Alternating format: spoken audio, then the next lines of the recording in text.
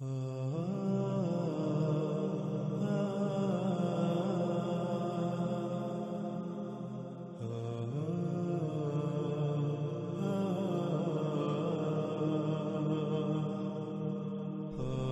Screen پر آپ کو سورہ الاعراف کی آیت نمبر 123 نظر آ رہی ہے۔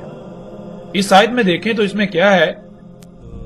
کہا فرعون نے، تم نے اس کی دعوت کو تسلیم کر لیا اس سے پہلے کہ میں تمہیں اس کی اجازت دیتا، میں تمہیں اس کا حکم دیتا؟ نہیں ہے یہ، مگر یہ کیا ہے؟ یہ ایک منصوبہ بندی ہے جو تم نے منصوبہ بندی کی ہے مدینہ میں، مدینہ کے جو اہل ہیں ان کو مدینہ سے نکالنے کے لیے۔ پس جلد ہی تمہیں اپنے اس کیے کا علم ہو جائے گا۔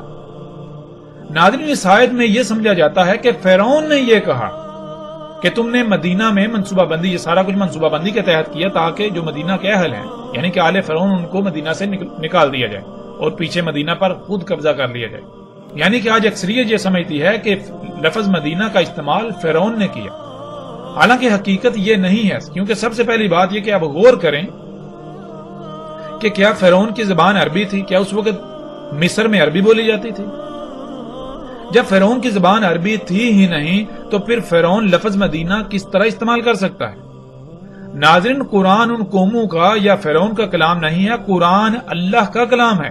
ماضی میں جو حالات و واقعات پیش آئے، جو کچھ ہوا، اللہ سبحانہ و تعالیٰ نے اسے اپنے الفاظ میں بیان کیا، اپنے الفاظ میں۔ اور قرآن الحکیم ہے، اللہ سبحانہ و تعالیٰ نے جو الفاظ استعمال کیے ان میں انتہائی حکمت ہے، ان میں بہت گہرائی ہے، وہ بہت سارے حقائق کو کھولتے ہیں، ان میں بہت سے حقائق پوشیدہ ہیں۔ اس لیے فرعون نے یہ نہیں کہا مدینہ، بلکہ فرعون نے تو اس وقت یہی کہا کہ تم نے یہاں جہاں فرعون کی حکومت ہے مصر میں، جو کہ اس وقت کریا تھی، مصر کریا تھا، تم نے یہاں مصر سے، یہاں جہاں آل فرعون کی حکومت ہے، آل فرعون کو یہاں سے نکالنے کے لیے، نکلوانے کے لیے تم نے یہ ساری منصوبہ بندی کے تحت یہ سب کچھ کیا۔ اپنے وہ سائنسدانوں کو کہہ رہا ہے۔ قرآن اللہ کا کلام ہے، آج قرآن میں اللہ سبحانہ تعالیٰ نے وہاں پر لفظ مدینہ استعمال کیا۔ کیوں لفظ مدینہ استعمال کیا یہ بعد کی بات ہے، اس پر آنے والی ایک سال میں تفصیل سے بات کریں گے، لیکن یہاں یہ دیکھنا ہے کہ اس آیت میں لفظ مدینہ آیا تو ناظرین غور کریں یہ کس مدینہ کا ذکر ہے۔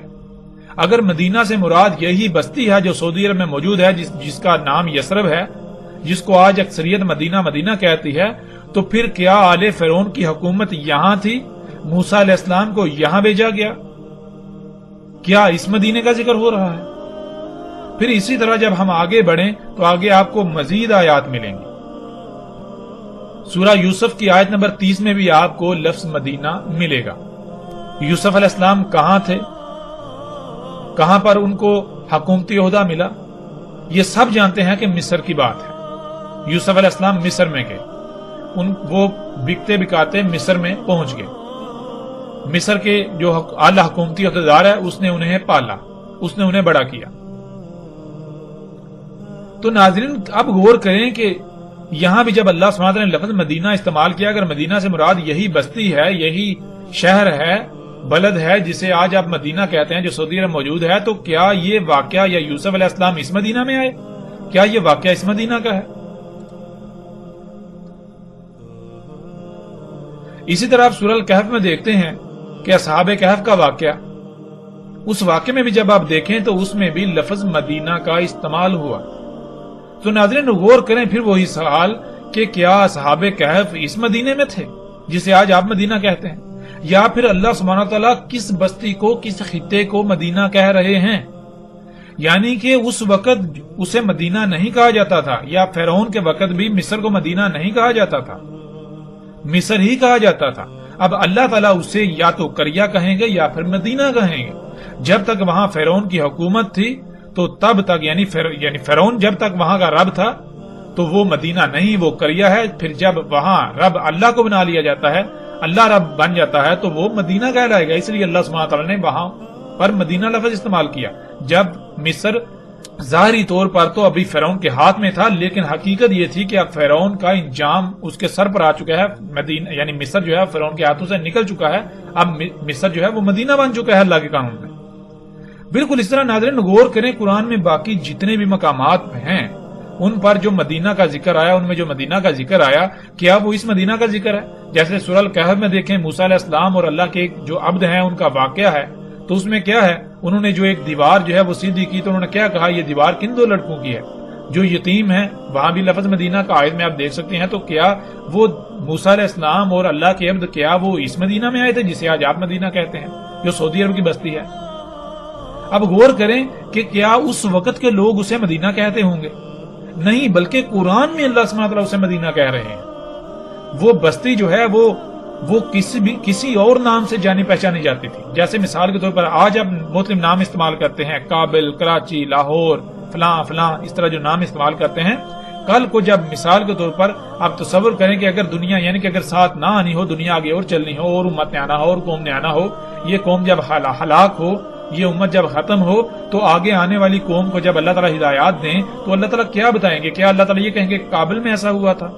کیا اللہ تعالیٰ یہ کہیں گے کہ کراچی میں ایسا ہوا تھا، لاہور میں ایسا ہوا تھا، دلی میں ایسا ہوا، ممبئی میں ایسا ہوا تھا؟ نہیں، بلکہ اللہ سبحانہ و تعالیٰ صرف دو طرح کی تقسیم کریں گے، یا تو مدینہ کا لفظ استعمال کریں گے یا پھر کریا کا لفظ استعمال کریں گے۔ تو ناظرین غور کرتے جائیں، آپ دیکھیں قرآن میں کہ قرآن میں اللہ سبحانہ وتعالیٰ نے جہاں جہاں لفظ مدینہ کا استعمال کیا، اگر مدینہ سے مراد وہ بستی ہے جسے آج اکثریت کہتی ہے، تو پھر قرآن میں جس مقام پر لفظ مدینہ آیا تو وہاں بھی آپ کو وہی بستی لینا پڑے گا، اس کا مراد وہی بستی لینی پڑے گی جسے آج مدینہ کہا جاتا ہے اور لوگوں کے ذہنوں میں راسخ کر دیا گیا ہے۔ حقیقت یہ ہے کہ وہ آج ام القریہ ہے، ام القریہ میں سے ایک قریہ ہے، یعنی ایسی بستی جہاں اللہ کا دین قائم نہیں ہے، جہاں فطرت نہیں بلکہ فطرت کی ضد ہے، اللہ کی مخلوقات تبدیل شدہ ہے، تمام کی تمام تبدیل شدہ مخلوقات ہیں، اللہ کی مخلوقات نہیں ہے، جہاں دجال دندناتا پھر رہا ہے۔ اور ظاہر ہے ناظرین غور کریں، جہاں فطرت ہوگی وہاں دجال کیسے آ سکتا ہے؟ یعنی دجال تو ہے ہی فطرت کی ضد، دجال تو ہیں ہی وہ اشیاء، یعنی کہ انسان ان مخلوقات کو، ان اشیاء کو اپنے لیے فائدہ مند سمجھتا ہے، اپنے لیے مسیحا سمجھتا ہے، جو اللہ کی خلق کردہ نہیں ہے، جو اللہ کے مقابلے پر انسان نے اللہ کے ساتھ شریک بنتے ہوئے اپنے لیے خلق کی، اور انہیں اپنے لیے فائدہ مند سمجھتا ہے، اپنے لیے آسائشیں سہولتیں مسیحا سمجھتا ہے، فائدہ مند سمجھتا ہے۔ لیکن کیا حقیقت یہی ہے؟ کیا وہ حقیقتاً فائدہ مند ہے یا یہ محض دجل ہے؟ یہ تمام کی تمام اشیاء، یہ تمام کی تمام مخلوقات دجال ہیں، دجال ہے۔ ظاہر ہے جو خطہ، جو بستی، جو علاقہ فطرت پر ہوگا تو وہاں دجال کیسے آ سکتا ہے؟ جب ہے ہی فطرت تو فطرت تو دجل نہیں ہے۔ فطرت تو جو ظاہر نظر آتی ہے اس کا دوسرا پہلو بھی ویسا ہے، یعنی کہ فطرت جو ہے وہ اس کے دونوں پہلو پرفیکٹ ہیں۔ اللہ سبحانہ وتعالیٰ نے اسے مکمل خلق کیا، بغیر کسی خامی کے، بغیر کسی سائیڈ افیکٹ کے، بغیر کسی کجی کوتاہی کے، وہ مکمل، وہ پرفیکٹ ہے، وہ دجل نہیں ہے، وہ دجال نہیں ہے۔ اور جہاں فطرت نہیں ہوگی دجال وہیں ہوگا۔ پھر روایات میں ہم جب دیکھیں تو ہمیں بہت ساری ایسی چیزیں ملیں گی، ایسی باتیں ملیں گی کہ جن میں ایسے ایسے الفاظ بھی آئے۔ مثال کے طور پر روایات میں یہاں تک آیا دجال ظاہر ہوگا پوری زمین پر سوائے مکہ اور مدینہ کے، یعنی کہ مکہ اور مدینہ میں دجال داخل نہیں ہوگا، وہاں ظاہر نہیں ہوگا، وہاں موجود نہیں ہوگا، باقی پوری زمین پر دجال ظاہر ہوگا۔ ظاہر ہونا کسے کہتے ہیں؟ وہ شے جو بالکل کھلم کھلا نظر آ رہی ہے، سامنے موجود ہے، پوری زمین پر دجال موجود ہوگا، نظر آ رہا ہوگا، لیکن پہچانے گا اسے مومن ہی صرف۔ اب ناظرین غور کریں، دجال اگر ایک شخص ہے، ایک انسان ہے، ایک بشر ہے، تو کیا وہ بیک وقت پوری زمین پر ظاہر ہو سکتا ہے، پوری زمین پر نظر آ سکتا ہے سوائے مکہ اور مدینہ کے؟ بہرحال مکہ کیا ہے اس کے اوپر بھی اگلی ایک ساتھ میں آئندہ بات ہوگی، جیسے ہی ہمارا مدینہ کا موضوع مکمل ہوگا تو ہم پھر مکہ کے اوپر بھی بات کریں گے۔ تو ناظرین واپس آتے ہیں اپنے موضوع کی طرف کہ دجال جو ہے مدینہ میں داخل نہیں ہوگا، اور آج لوگوں کے ذہنوں میں یہ راسخ کر دیا گیا کہ مدینہ سے مراد وہ بستی، وہ شہر ہے جو سعودی عرب میں موجود ہے، جس کا نام یثرب ہے۔ لیکن حقیقت کیا ہے؟ حقیقت یہ نہیں ہے۔ مسلم کی روایت جو آپ کو اس وقت اسکرین پر نظر آ رہی ہے اس میں دیکھیں، اس میں رسول اللہ صلی اللہ علیہ وآلہ وسلم نے مدینہ کیا ہے اس کی کس طرح سے نشاندہی کی، اس کی وضاحت کس طرح سے کر دی کہ مدینہ کسے کہتے ہیں، مدینہ ہوتا کیا ہے۔ کہا رسول اللہ صلی اللہ علیہ وآلہ وسلم نے کہ مجھے حکم ہوا ہے، مجھے امر ہوا ہے ہجرت کا ایسی قریہ کو جو کھا جائے گی تمام قریہ کو۔ کہا جاتا ہے اسے یثرب، اور حالانکہ یعنی در حقیقت وہ کیا ہے، وہ مدینہ ہے، یعنی کہ اس کا قدر میں اس کو مدینہ کر دیا گیا۔ مدینہ لوگوں کی ایسے چھانٹی کر دیتا ہے جیسے بھٹی لوہے کا خبز، گند، زنگ وغیرہ چھانٹی کر کے اس سے دور کر دیتی ہے، لوہے سے زنگ کی، گند کی نفی کر دیتی ہے۔ ناظرین، ہمیں اس روایت میں بالکل واضح رسول اللہ صلی اللہ علیہ وآلہ وسلم کے یہ الفاظ ملتے ہیں کہ جب رسول اللہ صلی اللہ علیہ وآلہ وسلم نے ہجرت نہیں کی تھی اور ہجرت کا حکم رسول اللہ صلی اللہ علیہ وآلہ وسلم کو مل گیا تھا، تو اس وقت رسول اللہ صلی اللہ علیہ وآلہ وسلم نے یثرب کو مدینہ نہیں کہا بلکہ یثرب کو ام القریہ کہا۔ رسول اللہ صلی اللہ علیہ وسلم نے کہا کہ مکہ سے یثرب کی طرف ہجرت کا اللہ سبحانہ تعالی نے حکم دیا ہے اور یثرب کو قریہ کہا ہے، تو غور کریں ہجرت سے پہلے یثرب کو رسول اللہ صلی اللہ علیہ وآلہ وسلم قریہ کہہ رہے ہیں، ایسی قریہ جو تمام قریہ کو کھا جائے گی۔ پھر رسول اللہ صلی اللہ علیہ وآلہ وسلم کہتے ہیں حالانکہ وہ مدینہ ہے، یعنی کہ رسول اللہ صلی اللہ علیہ وسلم کی ہجرت سے پہلے وہ قریہ تھی، جیسے ہی ان کو ہجرت کا حکم ہوا ہے تو اب اس کی قدر میں لکھا جا چکا، یعنی کہ اس میں کی یہ قسمت میں ہے کہ اب وہ مدینہ بن جائے گی، قریہ نہیں رہے گی، یعنی کہ ہجرت کا حکم ہو گیا ہے تو ظاہر ہے ہجرت کا حکم کہاں ہوگا۔ وہ قریہ تھی، ایسی بستی تھی جہاں اللہ کا دین قائم نہیں تھا، جہاں فطرت نہیں تھی، جہاں فطرت میں مداخلت کی جا رہی تھی، اور جب اللہ سبحانہ و تعالیٰ نے رسول اللہ صلی اللہ علیہ وسلم کو ہجرت کا حکم دیا تو اب وہ قریہ نہیں رہے گی بلکہ اب وہاں فطرت قائم ہو جائے گی، اب وہاں فطرت میں تبدیلیاں نہیں کی جائیں گی، مداخلت نہیں کی جائے گی، یوں وہ پھر مدینہ کہلائے گا۔ پھر وہ مدینہ کیا ہے؟ رسول اللہ صلی اللہ علیہ وسلم نے کہا تھا کہ وہ تمام قریہ کو کھا جائے گی، یعنی جب یثرب جو کہ ام القریہ ہے وہ قریہ سے مدینہ بن جائے گی، یہاں یعنی دین قائم ہو جائے گا، وہاں دین قائم ہو جائے گا تو وہ قریہ سے مدینہ بن جائے گا، پھر وہی مدینہ آس پاس کی تمام قریہ کو کھا جائے گا، یعنی قریہ کا وجود مٹا دے گا۔ مطلب یہ کہ یا تو وہاں اللہ کا دین قائم ہو جائے گا، وہاں کے رہنے والوں کو فطرت پر قائم ہونا پڑے گا، فطرت میں مداخلت سے باز آنا پڑے گا، یا پھر انہیں صفا ہستی سے مٹا دیا جائے گا۔ یہ تھا اس قریہ کا تمام قریہ کو کھانا۔ اور ناظرین حقیقت دیکھیں، کیا ایسا نہیں ہوا؟ ذرا غور تو کریں، کیا ایسا نہیں ہوا؟ لیکن اگر ہم مدینہ سے مراد یثرب کو لے لیں تو سوال یہ پیدا ہوتا ہے کہ پھر رسول اللہ صلی اللہ علیہ وآلہ وسلم نے ہجرت سے پہلے مدینہ کیوں نہیں کہا تھا؟ یعنی رسول اللہ صلی اللہ علیہ وسلم نے ہجرت سے پہلے اسے مدینہ نہیں بلکہ قریہ کہا، اور پھر اسے یثرب، یعنی یثرب اس کا نام موجود ہے، یثرب کے نام سے وہ اس وقت جانی پہچانی جاتی تھی، آج بھی اسے یثرب کہتے ہیں، آج بھی اسے یثرب کہا جاتا ہے، لیکن مدینہ کے نام سے مشہور کر دیا گیا، نام لقب اس کا آج بھی یثرب ہے اور دوسرا لقب اس کا مدینہ بن چکا ہوا ہے۔ تو ناظرین غور کریں، اگر یہی بستی مدینہ ہے، یہی بستی مدینہ تھی تو رسول اللہ صلی اللہ علیہ وآلہ وسلم نے ہجرت سے پہلے اسے قریہ کیوں کہا، اور ہجرت کے بعد ہی وہ مدینہ کیسے بنی؟ ذرا غور تو کریں، حقیقت ہر لحاظ سے آپ کے سامنے آ جائے گی۔ پھر ناظرین اگلی روایت میں دیکھیں، اس میں رسول اللہ صلی اللہ علیہ وآلہ وسلم کہتے ہیں، رسول اللہ صلی اللہ علیہ وآلہ وسلم نے کہا، آئے گا لوگوں پر ایسا زمانہ، دعوت دے گا آدمی اپنے سسر کے بیٹے، اپنے چچا تایا کے بیٹے کو کہ آؤ خوشحالی، مال و دولت، سہولتوں، آسانیوں والے خطے کی طرف، آؤ مال و دولت، سہولتوں، آسائشوں، عیاشیوں کے خطے کی طرف۔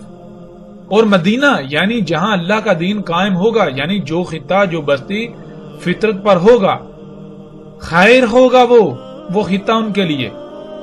مگر اگر وہ تھے غور و فکر کرتے، اگر وہ اس کا علم رکھتے، اور اس ذات کی قسم جس کے قبضہ قدرت میں میرا نفس ہے، نہیں نکلتا ان میں سے کوئی ایک بھی بھوک، افلاس، سختیوں وغیرہ کی وجہ سے مدینہ سے، مگر اللہ اس کی جگہ کسی اور کو بھیج دیتا ہے مدینہ میں جو خیر ہوتا ہے۔ جان لو مدینہ یعنی جہاں اللہ کا دین قائم ہوتا ہے، یعنی وہ خطہ جو فطرت پر ہوتا ہے، وہ ایسے ہے جیسے بٹی، لوہے کی بٹی جو نکال دیتی ہے خبز کو، یعنی کہ جیسے لوہے کی بٹی ہوتی ہے، جب لوہا بٹی میں ڈالا جاتا ہے تو بٹی لوہے کو پگھلا کر اس کے اندر جتنا بھی زنگ اور خبث ہوتا ہے وہ نکال کر لوہے کو خالص بنا دیتی ہے، بالکل اسی طرح مدینے کی مثال ہے۔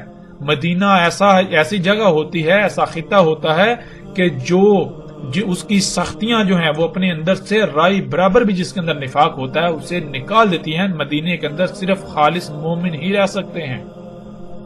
مدینہ اپنے اندر سے تمام کا تمام خبث گند نکال دیتا ہے، نفاق شرک نکال دیتا ہے، کفر نکال دیتا ہے۔ وہ مشرک ہوتے ہیں، جو منافق ہوتے ہیں، وہ مدینہ میں رہ سکتے ہی نہیں، وہ ان ساتھیوں کا سامنا کر ہی نہیں سکتے۔ پھر رسول اللہ صلی اللہ علیہ وآلہ وسلم نے کہا نہیں قائم ہوگی ساتھ یہاں تک کہ نکال دے گا مدینہ، یعنی جہاں اللہ کا دین قائم ہو، یعنی وہ خطہ جو فطرت پر ہے، وہاں کی سختیاں نکال دیں گی وہاں کے شر والوں کو، جیسے خباثت نکالنے والی بٹی نکال دیتی ہے لوہے کی خباثت، یعنی جیسے بٹی لوہے کو پگھلا کر خالص بنا دیتی ہے، اس میں سے جتنا بھی گند ہوتا ہے وہ نکال دیتی ہے، بالکل اسی طرح جہاں فطرت ہوتی ہے، جو خطہ فطرت پر ہوتا ہے، جہاں دین قائم ہوتا ہے، وہاں ایسی سختیاں، آزمائشیں، بھوک، افلاس وغیرہ آتی ہے کہ وہاں صرف اور صرف مومن ہی یعنی فطرت پر انحصار کرنے والے ہی ٹھہر سکتے ہیں۔ جن کے دل میں یا جس کے دل میں رائی برابر بھی نفاق و شر ہو وہ وہاں نہیں ٹھہر سکتا۔ اس طرح مدینہ اپنے گند کو نکال دیتا ہے۔ تو ناظرین غور کریں، جسے آج تک آپ مدینہ کہتے آئے اور مدینہ سمجھتے ہیں، مدینہ سمجھ رہے ہیں، کیا اس میں یہ خصوصیات ہیں؟ کیا اس میں یہ صلاحیتیں ہیں؟ کیا اس میں یہ صفات ہیں؟ کیا اس میں ایسی سختیاں ہیں؟ کیا وہاں بھوک کا، سختیوں کا، آزمائشوں کا سامنا کرنا پڑتا ہے؟ ناظرین ذرا غور تو کریں، وہاں تو طرح طرح کی آسائشیں ہیں، سہولتیں ہیں، بلند و بانگ عمارتیں ہیں، ایک سے بڑھ کر ایک سہولیات ہیں، آسائشیں ہیں۔ وہاں تو دجال کا حمار دن دناتا پھر رہا ہے، وہاں تو دجال دن دنا رہا ہے، تو وہ کیسے مدینہ ہو سکتا ہے؟ ناظرین ذرا غور تو کریں۔ اس کے برعکس غور کریں، جب دجال آیا، یہ جب آسائشیں، سہولتیں سامنے آئیں، جن کو یہ لوگ جو ہے دجال کو، ان مخلوقات، ان اشیاء کو، یہ انسان کے اپنے ہاتھوں سے خلق کی ہوئی اشیاء کو سہولتوں، آسائشوں کا نام دیتے ہیں، جب اس طرح کے یہ جدید معاشرے وجود میں آئے تو کیسے لوگوں نے ان مقامات کو چھوڑ کر ان مقامات کی طرف ہجرت کی؟ کیسے کی؟ غور تو کریں۔ کیا پوری دنیا سے لوگوں نے ہجرت نہیں کی؟ لوگ یورپ، امریکہ، کینیڈا کی طرف بھاگتے چلے گئے، پھر لوگ جو ہے وہ جو فطرت کے اوپر ہیں، فطرتی مقامات پر تھے جہاں یہ سہولتیں، یہ آسائشیں نہیں ہیں، وہاں سے شہروں کی طرف رخ کیا۔ دنیا میں لوگوں کی ایک بڑی تعداد جو ہے وہ گاؤں میں رہنے کے بجائے شہروں میں رہنے کو ترجیح دیتی ہے۔ کیوں؟ کیونکہ شہروں میں سہولتیں ہیں، آسائشیں ہیں، آسانیاں ہیں، طرح طرح کی موجیں ہیں، عیاشیاں ہیں۔ تو ناظرین غور کریں، آپ اپنی آنکھوں سے یہ سب کچھ ہوتا ہوا نہیں دیکھ رہے، نہیں دیکھا آپ نے؟ ذرا غور تو کریں۔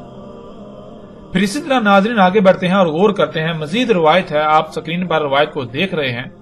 رسول اللہ صلی اللہ علیہ وآلہ وسلم نے کہا شام فتح ہوگا، پس نکل جائیں گے مدینہ سے برے لوگ، بری قوم اپنے اہل و عیال کے ساتھ سواریوں کو چلاتے ہوئے۔ پھر یمن فتح ہوگا، پس نکل جائے گی قوم یعنی مدینہ کے برے لوگ مدینہ سے اپنے اہل و عیال کے ساتھ سواریوں کو چلاتے ہوئے۔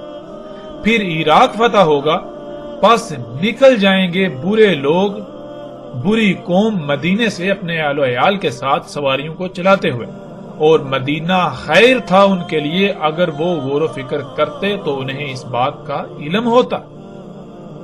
اب ناظرین غور کریں، سوال یہ پیدا ہوتا ہے کہ رسول اللہ صلی اللہ علیہ وآلہ وسلم یہ کہہ رہے ہیں کہ شام فتح ہوگا تو لوگ جو برے لوگ ہیں وہ مدینہ سے نکل جائیں گے اپنے اہل و عیال کے ساتھ۔ پھر یمن فتح ہوگا تو لوگ مدینے سے نکلیں گے، برے لوگ اپنے اہل و عیال کے ساتھ۔ پھر عراق فتح ہوگا تو لوگ مدینے سے نکلیں گے، برے اپنے اہل و عیال کے ساتھ۔ ناظرین غور تو کریں، کیا ایسا ممکن ہے؟ یعنی کہ اگر مدینے سے مراد یہی بستی ہے جسے آج مدینہ کہا جاتا ہے، سعودی عرب کا جو یثرب ہے، تو ناظرین تصور کریں فتح شام ہو رہا ہے تو لوگ اس مدینے سے کیوں نکلیں گے؟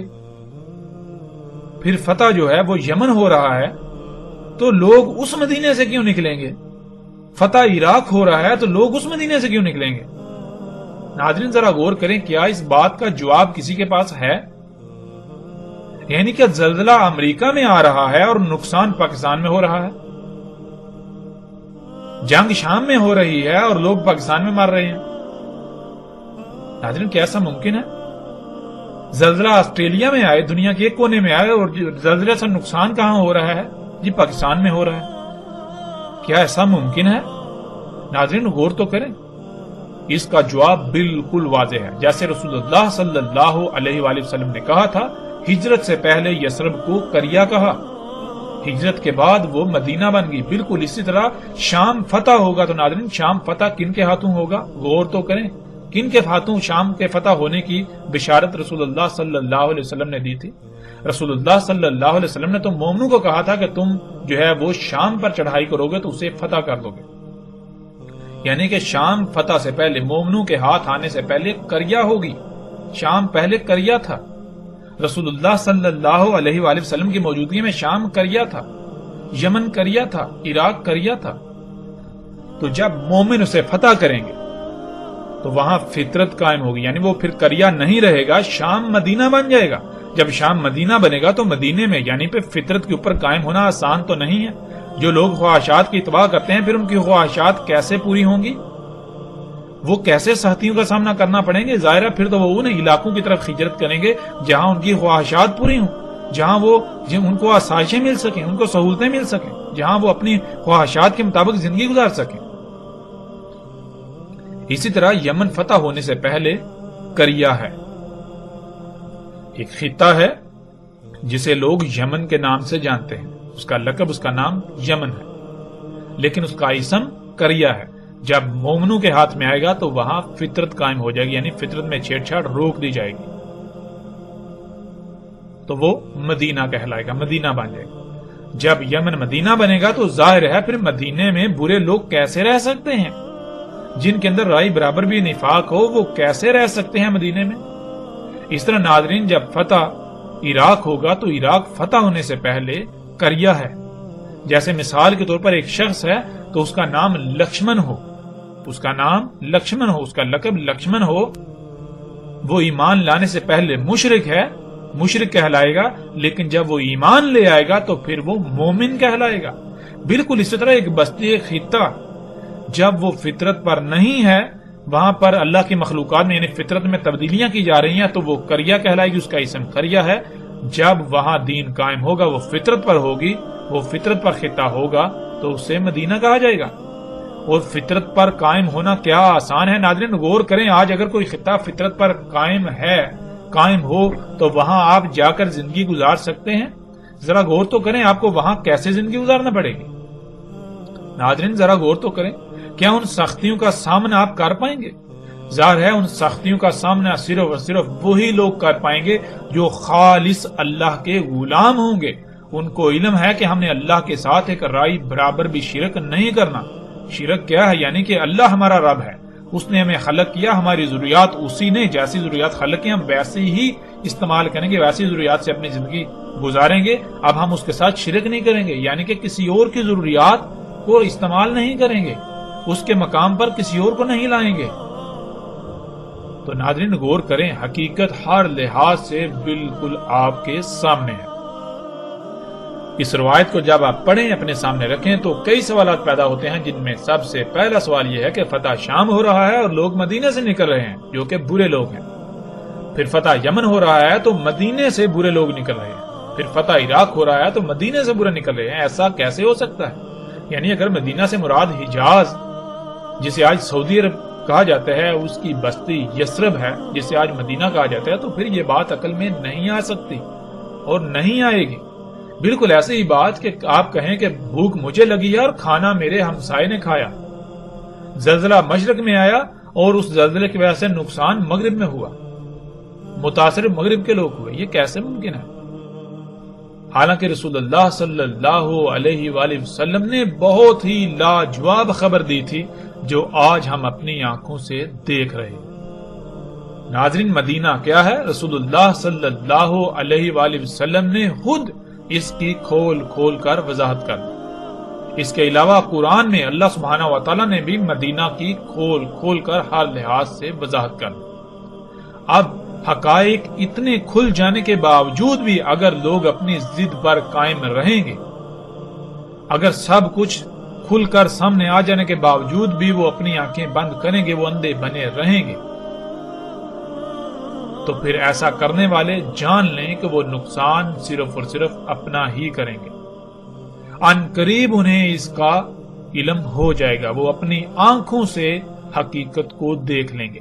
وہ وقت بالکل سر پر آ چکا ہے کہ حقیقت ہر لحاظ سے سامنے لے آئی جائے گی۔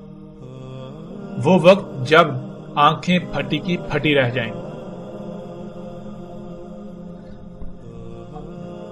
فیصلہ آپ کے اختیار میں ہے کہ آیا آپ اپنی آنکھوں کو بند کر کے بندر کی طرح ان مولیوں کے پیچھے چلتے ہیں، یا پھر آپ غور و فکر کرتے ہیں۔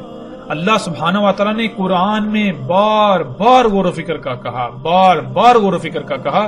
جو غور و فکر نہیں کرتے اللہ سبحانہ و تعالیٰ نے انہیں قرادہ بندر قرار دیا، اور جو لوگ ماضی میں اگر کوئی غلطی ہوتی ہے اس میں غور و فکر کر کے اس غلطی کو دور نہیں کرتے، اسی غلطی کو دوبارہ دہراتے ہیں، اس پر قائم رہتے ہیں، اس پر ڈٹتے ہیں، تو اللہ سبحانہ و تعالیٰ نے ایسے لوگوں کو قرآن میں خنزیر کہا، سور کہا۔ اب فیصلہ آپ کے ہاتھ میں ہے کہ آپ اللہ کے قانون میں کس مقام پر کھڑا ہونا پسند کرتے ہیں۔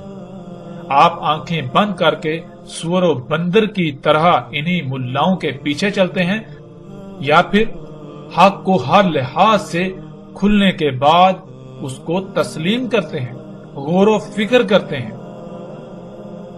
فیصلہ آپ کے اپنے ہاتھ میں ہے۔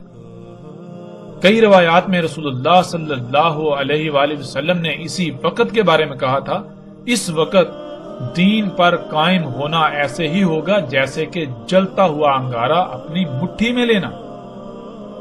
تو ناظرین، آج غور کریں کہ کیا اگر آج آپ فطرت پر قائم ہوتے ہیں تو کیا بالکل ایسی ہی سختیوں کا سامنا نہیں کرنا پڑے گا؟ کیا بالکل آپ کی حالت ایسی ہی نہیں ہوگی جیسے کہ جلتا ہوا انگارہ مٹھی میں جکڑ لیا ہو؟ مدینہ تو حقیقتاً لوہار کی بٹی کی مانند ہوتا ہے۔ جب پوری دنیا دجال کو اپنا رب بنا چکی ہے تو اس وقت اگر کسی خطے میں اللہ کا دین قائم ہوتا ہے یا قائم ہے جو خطہ فطرت پر ہے، تو وہاں کے رہنے والوں کا انجام بالکل ایسا ہی ہوگا کہ جیسے ان کو آگ میں ڈال دیا گیا ہے۔ ان کو انتہائی سخت ترین حالات کا سامنا کرنا پڑے گا، ان کو قحط کا سامنا کرنا پڑے گا، ان کو آگ و بارود کی بارش کا سامنا کرنا پڑے گا، ان کو بھوک و افلاس کا سامنا کرنا پڑے گا، ان کو طرح طرح کی سختیوں آزمائشوں کا سامنا کرنا پڑے گا۔ ایسے وقت میں تو صرف وہی مدینہ میں رہ سکتے ہیں جن میں ایمان ہوگا، جن میں رائے برابر بھی نفاق نہ ہو، کیونکہ وہی صرف اور صرف اللہ پر توکل کرنے والے ہوں گے جن کے اندر نفاق کی رائے بھی نہ ہوگی۔ مدینے کی یہ سختیاں ہر اس کو باہر نکال لیں گی جس کے اندر رائے برابر بھی نفاق ہوگا۔ ناظرین، غور کریں، اپنے گریبان میں جھانکیں کہ آیا کہ آپ حق پر ہیں یا پھر حق کھل جانے کے باوجود آپ آنکھیں بند کر کے اپنا ہی نقصان کرنے پر تلے ہوئے ہیں۔ حقیقت ہر لحاظ سے آپ کے سامنے ہے۔ ناظرین، الحمدللہ ہم نے تفصیل کے ساتھ جان لیا کہ مدینہ سے مراد کیا ہے، یعنی مدینہ عربی میں کسے کہتے ہیں، اور مدینہ میں دجال داخل نہیں ہو سکے گا۔ مدینہ سے مراد سعودی عرب کی بستی یثرب نہیں ہے، بلکہ ہر وہ بستی یا خطہ جہاں دین قائم ہو، یعنی جو فطرت پر ہے۔ اور پھر ظاہر ہے جہاں اللہ کا دین قائم ہوگا، یعنی جو خطہ جو علاقہ فطرت پر ہوگا، تو وہاں ہر شے اللہ سبحانہ تعالیٰ کے حکم سے خلق ہوگی، پروان چڑھے گی، وہاں کوئی بیماری نہیں ہوگی، کوئی فساد نہیں ہوگا، کوئی خرابی نہیں ہوگی۔ یہ سب خامیاں خرابیاں وہی ہوں گی جہاں دجال ہوگا، یعنی جہاں غیر اللہ ہوگا، جہاں غیر اللہ کی خلق ہوگی۔ ناظرین، حق اس قدر کھل جانے کے باوجود بھی اگر یہ تسلیم کر لیا جائے کہ مدینہ سے مراد یثرب ہی ہے، سعودی عرب کی بستی جسے آج مدینہ کہا جاتا ہے، کہ وہاں دجال داخل نہیں ہو سکے گا، تو پھر سوال یہ پیدا ہوتا ہے کہ مسند احمد اور مستدرک الحاکم میں روایت موجود ہے جس میں رسول اللہ صلی اللہ علیہ وآلہ وسلم نے کہا تھا کہ دجال احد پہاڑ پر چڑھے گا، دجال احد پہاڑ پر چڑھے گا اور اپنے اصحاب سے کہے گا کہ یہ سفید محل دیکھ رہے ہو، یہ احمد کی مسجد ہے، اور اس کے بعد دجال مدینہ کی طرف آئے گا، لیکن مدینہ کے ابواب پر ملائکہ کا پہرا پائے گا۔ اس وقت مدینہ کے 7 ابواب ہوں گے اور 3 بار مدینہ کو ترجف کرے گا، یعنی مدینہ پر آگ و بارود برسائے گا، جس سے ہر منافق مدینہ سے نکل کر اس کی طرف بھاگ جائے گا، یعنی دجال کی طرف بھاگ جائے گا، ہجرت کر جائے گا، اور مدینہ اپنے اندر سے سارے کا سارا خبث نکال دے گا، اور رسول اللہ صلی اللہ علیہ وآلہ وسلم نے اسے یوم الخلاص کہا۔ اب ناظرین غور کریں، اگر مدینہ یہی بستی ہے جسے یہ کہتے ہیں وہاں دجال داخل نہیں ہو سکے گا، تو ناظرین احد پہاڑ پر دجال کیسے چڑھ سکتا ہے؟ کیونکہ احد پہاڑ تو اسی بستی کے اندر موجود ہے۔ آپ سکرین پر دیکھیں اور آپ غور و فکر کریں کہ جسے آج مدینہ کہا جا رہا ہے، کیا احد پہاڑ عین اس کے وسط میں موجود نہیں؟ ناظرین غور تو کریں، جب دجال احد پہاڑ پر آ جائے گا تو پھر مدینہ تو ظاہر ہے مدینے کا تو اندر آ گیا، بھائی مدینے کے کئی کلومیٹر اندر آ کر وہ احد پہاڑ پر چڑھ گیا، اب اور کتنا اندر آنا ہے؟ اگر مدینہ وہی ہے تو پھر دجال احد پہاڑ پر کیسے آ سکتا ہے؟ اور پھر رسول اللہ صلی اللہ علیہ وسلم یہ کہہ رہے ہیں کہ احد پہاڑ پر آئے گا، اس کے بعد وہاں سے وہ مدینے کی طرف رخ کرے گا، وہاں سے مدینے کی طرف رخ کریں گے، مدینے کی طرف جانے کا ارادہ کرے گا۔ اب ناظرین یہ دیکھیں کہ یثرب جسے یہ مدینہ کہتے ہیں، وہاں تو پہلے ہی دجال موجود ہے، احد پہاڑ کے اوپر پہلے ہی اس مدینے میں دجال موجود ہے جسے یہ مدینہ قرار دیتے ہیں۔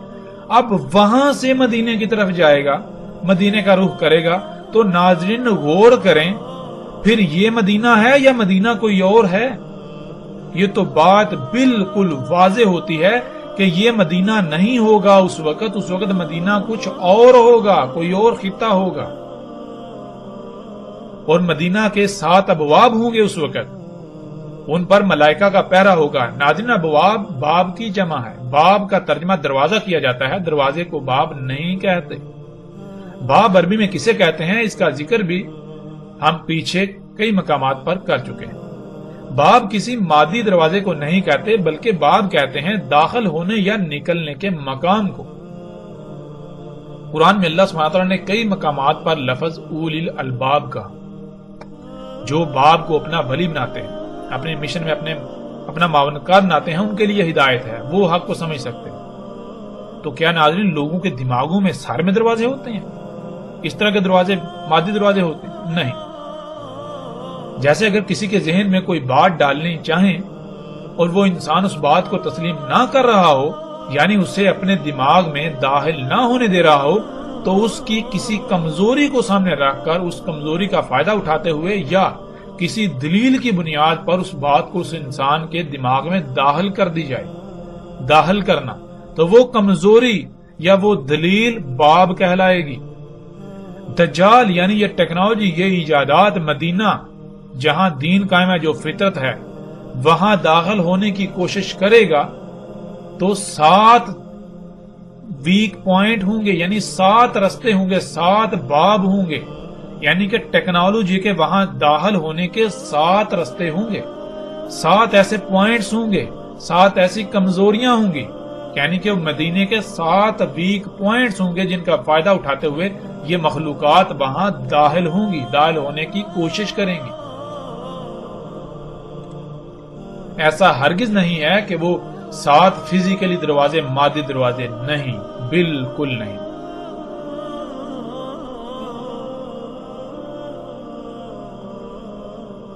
جو بھی خطہ، جو بستی ایسی ہوگی جو فطرت پر ہوگی، وہاں یہ ٹیکنالوجی، یہ ایجادات داخل ہونے کے لیے 7 ویک پوائنٹس ہوں گے جن کے ذریعے سے داخل ہونے کی کوشش کریں گی، لیکن اللہ سبحانہ و تعالی مدینہ کی اپنے ملائکہ کے ذریعے حفاظت کریں گے۔ یعنی کہ اس ٹیکنالوجی کی ایجادات کو وہاں داخل نہیں ہونے دیں گے. اگر داخل ہوگی بھی تو صرف اسی حد تک کہ وہ جو 7 ویک پوائنٹس ہے ان کی حد تک انتہائی تھوڑی، جو کہ بعض روایات میں یہ بات ملتی ہے کہ دجال جو ہے وہ مدینہ میں داخل ہونے کی کوشش کرے گا تو اس کی یعنی کہ کچھ چیزیں دجال کی جو ہے وہ داخل ہو پائیں گی. کچھ چیزیں جن میں کھادوں کا ذکر ہے، جن میں جنیاتی بیجوں کا یا اس طرح کی یعنی اس طرح کی کچھ چیزوں کا ذکر ہے کہ یہ چیزیں مدینہ کی حدود میں داخل ہو پائیں گی. اب ناظرین سوال تو یہ پیدا ہوتا ہے کہ اگر مدینہ یہی ہے جس کا نام یثرب ہے تو پھر دجال احد پہاڑ پر کیسے چڑھ گیا؟ حالانکہ احد پہاڑ تو یثرب کے اندر موجود ہے. حجاز کی بستی جس کا نام یثرب ہے اور مدینہ کے نام سے مشہور ہے، اس کا رقبہ 227.4 مربع میل ہے. احد پہاڑ یثرب کے عین وسط میں موجود ہے.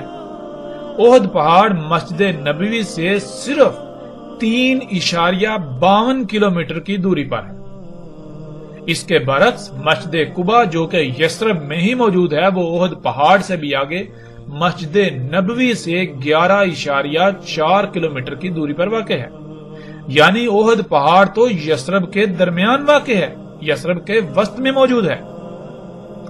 اگر مدینہ سے مراد یہی مدینہ ہے جو یثرب ہے جسے آج ہر کوئی مدینہ کہنے پر بضد ہے، تو پھر دجال مدینہ کے کئی کلومیٹر اندر احد پہاڑ پر کیسے چڑھ آئے گا، کیسے چڑھ سکتا ہے؟ جو کہ آج آپ اپنی آنکھوں سے دیکھیں گے کہ دجال احد پہاڑ پر چڑھ چکا. یہ انتہائی غیر معمولی سوال ہے جس کا جواب کوئی بھی ایسی شخصیت نہیں دے سکتی، کوئی بھی ایسا شخص نہیں دے سکتا جو یثرب کو مدینہ کہنے پر بضد ہے.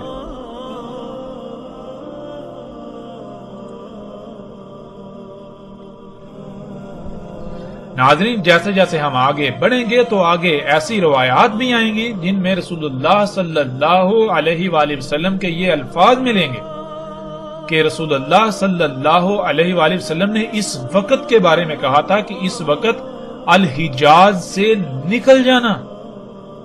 تم کیا کرنا؟ حجاز سے ہجرت کر جانا، وہاں سے نکل جانا، وہاں نہ رہنا، وہاں سے اپنے اہل و عیال کو لے کر نکل جانا. تو جو اللہ کے رسول حجاز سے نکلنے کا حکم دے رہے ہیں وہ کیسے حجاز کے اندر ایک بستی کو مدینہ کہہ سکتے ہیں اس وقت کے لیے؟ ایسا ممکن ہی نہیں. رسول اللہ صلی اللہ علیہ وآلہ وسلم کے الفاظ کے عین مطابق آج موجودہ وقت میں کوئی مومن ایسا نہیں ہو سکتا جو الحجاز میں رہے. جو رہیں گے وہ سب کے سب دجال کی اتباع کر رہے ہوں گے، دجال کو اپنا رب بنائے ہوئے ہوں گے. دجال ٹیکنالوجی ہے، یہی ایجادات ہیں، یہی اشیاء ہیں جو فطرت کی ضد ہیں، فطرت کے مقابلے پر جو ہیں. موجودہ دور کی تمام ایجادات دجال آج احد پہاڑ پر موجود ہے جسے آج آپ اپنی آنکھوں سے دیکھ سکتے ہیں. احد پہاڑ پر بڑے بڑے ٹاورز لگے ہوئے آپ دیکھ سکتے ہیں. جب یہ ٹاورز یعنی دجال احد پہاڑ پر آیا تو حیران کن طور پر اس وقت محمد رسول اللہ صلی اللہ علیہ وآلہ وسلم کی مسجد کو سفید محل کی شکل میں تعمیر کر دیا گیا، سفید محل کی شکل میں ڈال دیا گیا. جب تک دجال یعنی یہ ٹیکنالوجی احد پہاڑ پر نہیں آئی تھی تب تک مسجد نبوی سفید محل کی طرح نظر نہیں آتی تھی. اور دجال کے اصحاب جو کہ ٹیکنالوجی کو اپنا رب بنائے ہوئے ہیں آج احد پہاڑ پر چڑھتے ہیں تو بالکل سامنے یعنی کہ احد پہاڑ کے اوپر دجال بھی موجود ہے اور اس کو رب بنانے والے جو اس کے اصحاب ہیں وہ بھی موجود ہیں. تو بالکل سامنے مسجد نبوی سفید محل کی طرح دیکھتے ہیں، ان کو سفید محل کی طرح مسجد نبوی نظر آ رہی ہوتی ہے. اے اللہ کے رسول محمد صلی اللہ علیہ وآلہ وسلم، آپ نے سچ کہا تھا، آپ نے سچ کہا تھا. اے اللہ کے رسول محمد رسول اللہ صلی اللہ علیہ وآلہ وسلم، آپ نے ایک ایک لفظ سچ کہا تھا اور میں آپ کی ایک ایک بات کی تصدیق کر رہا ہوں. میں نے آپ کی ایک ایک بات کی تصدیق کر دی. اب اگر کوئی تسلیم کرتا ہے تو تسلیم کرے، اگر کوئی تسلیم نہیں کرتا تو تسلیم نہ کرے۔ ان قریب اللہ سبحانہ و تعالیٰ اپنا فیصلہ سنانے ہی والے ہیں۔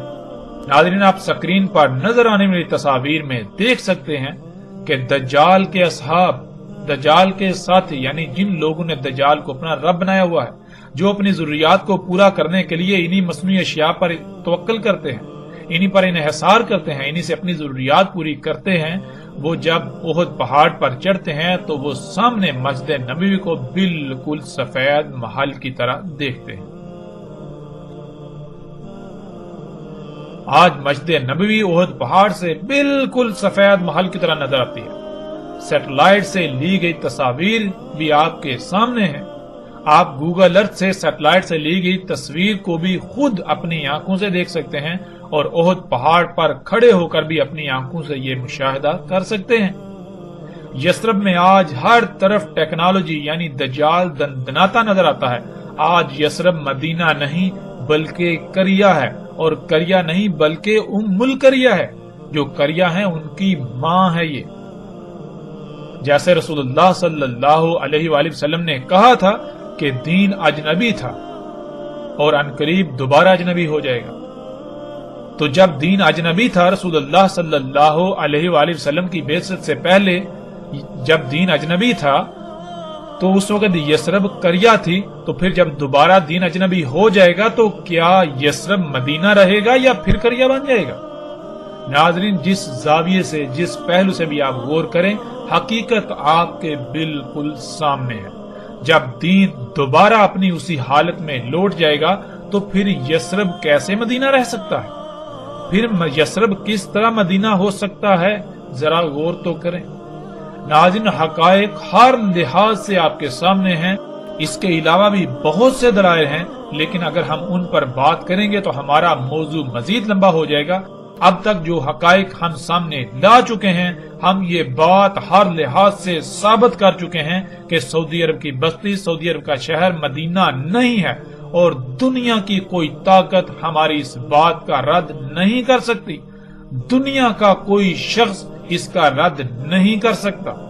دنیا کا کوئی شخص، دنیا کا کوئی ایک بھی شخص، دنیا کی کوئی طاقت اس یثرب کو مدینہ ثابت نہیں کر سکتی۔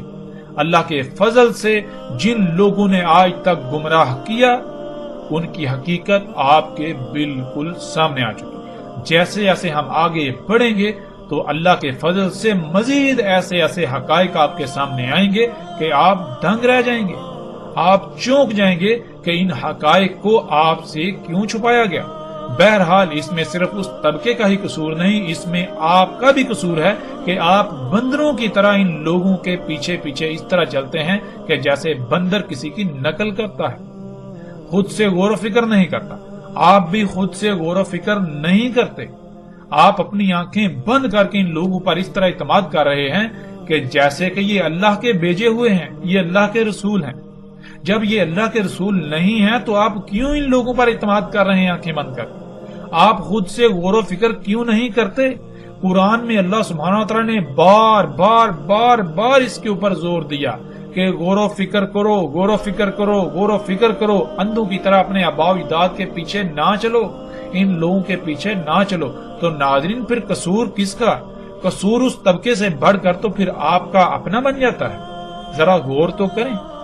ہاں، یہ باتیں آپ کو کڑوی لگیں گی، ان باتوں سے آپ کو تکلیف ہوگی، لیکن یہ جان لیں وقتی طور پر تکلیف ہونے سے حقیقت بدل نہیں جائے گی، حق بدل نہیں جائے گا۔ تکلیف ہونے سے یا برا محسوس کرنے سے حق بدل نہیں جائے گا۔ بعد میں آپ کو سوائے پچھتاوے کے کچھ نہیں ملے گا۔ بعد میں آپ کہیں گے کاش اس وقت جب حق واضح ہوا تھا تو اس کو تسلیم کر لیتے، کاش اس وقت حق کو مان لیتے، اندھوں کی طرح ان لوگوں کے پیچھے نہ چلتے۔ بعد میں ناظرین سوائے کاش کے کچھ نہیں رہے گا۔ غور کریں، پچھلی ایک ساتھ میں پچھلی اقوام کے اوپر کھول کھول کر بات ہو چکی کہ ان اقوام نے کیا کیا تھا اور ان اقوام کے ساتھ کیا ہوا۔ آج ان کا آپ کو نام و نشان تک نہیں ملتا، اور آخرت میں ان کے ساتھ کیا ہونا ہے، کیا ہوگا، اس کی بھی وضاحت اللہ سبحانہ وتعالی نے قرآن میں کر دی۔ ناظرین، کہیں ایسا نہ ہو کہ کہ آپ حق ہر لحاظ سے کھل کر واضح ہو جانے کے باوجود بھی اپنی خواہشات کی ہی اتباع میں اپنے آپ کو نشان عبرت بنوا بیٹھیں، دنیا اور آخرت میں انتہائی ہلاکت خیز سودا کر بیٹھیں۔ فیصلہ آپ کے ہاتھ میں ہے، حق ہر لحاظ سے کھل کر آپ کے سامنے آ چکا، اب آپ چاہیں تو اسے تسلیم کریں اور چاہیں تو اس سے انکار کر دیں۔ ہمارا اس سے کوئی نقصان نہیں ہوگا۔ ہمارا مقصد نہ کوئی فرقہ بنانا ہے، ہمارا مقصد نہ کوئی گروہ بنانا ہے، ہمارا مقصد کچھ بھی ایسا نہیں ہے کہ جس سے ہمارا اپنا کوئی مفاد وابستہ ہو۔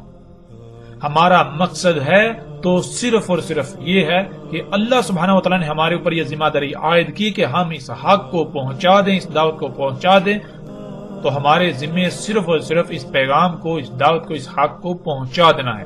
اگر کوئی مانتا ہے تو وہ ہم پر احسان نہیں کرے گا، اور اگر کوئی نہیں مانتا تو وہ ہمارا نقصان بھی نہیں کرے گا۔ یہ بات ذہن میں رکھیں۔ باقی جن کو الزامات لگانے ہیں وہ جتنے جی چاہے دن رات کھل کر الزامات لگائیں۔ وقتی طور پر اس وقت تو وہ یہ سمجھیں گے کہ ہم بہت بڑا کارنامہ انجام دے رہے ہیں، ہمیں فتح حاصل ہو رہی ہے، ہم بہت بڑے مارکے انجام دے رہے ہیں، لیکن جب وقت اپنا فیصلہ سنائے گا تو پھر سوائے حسرت کے کچھ نہیں رہے گا، پھر سوائے پچھتاوے کے، پشیمانی کے کچھ ہاتھ نہیں آئے گا۔ اور ہم اللہ کے فضل سے جلد بازوں میں سے نہیں ہیں، ہم اجرت پسندوں میں سے نہیں ہیں، ہم تو وقت کا انتظار کرنے والے میں سے ہیں۔ ہم اس وقت کا انتظار کریں گے جب اللہ سبحانہ وتعالی اپنا فیصلہ سنائے گا تو نتائج سامنے آئیں گے۔ ہم نتائج کی بنیاد پر فیصلہ کرنے والے ہیں، ہم وقتی طور پر حالات و واقعات کو سامنے رکھ کر فیصلہ کرنے والے نہیں ہیں۔ تو فیصلہ آپ کے اپنے ہاتھ میں ہے۔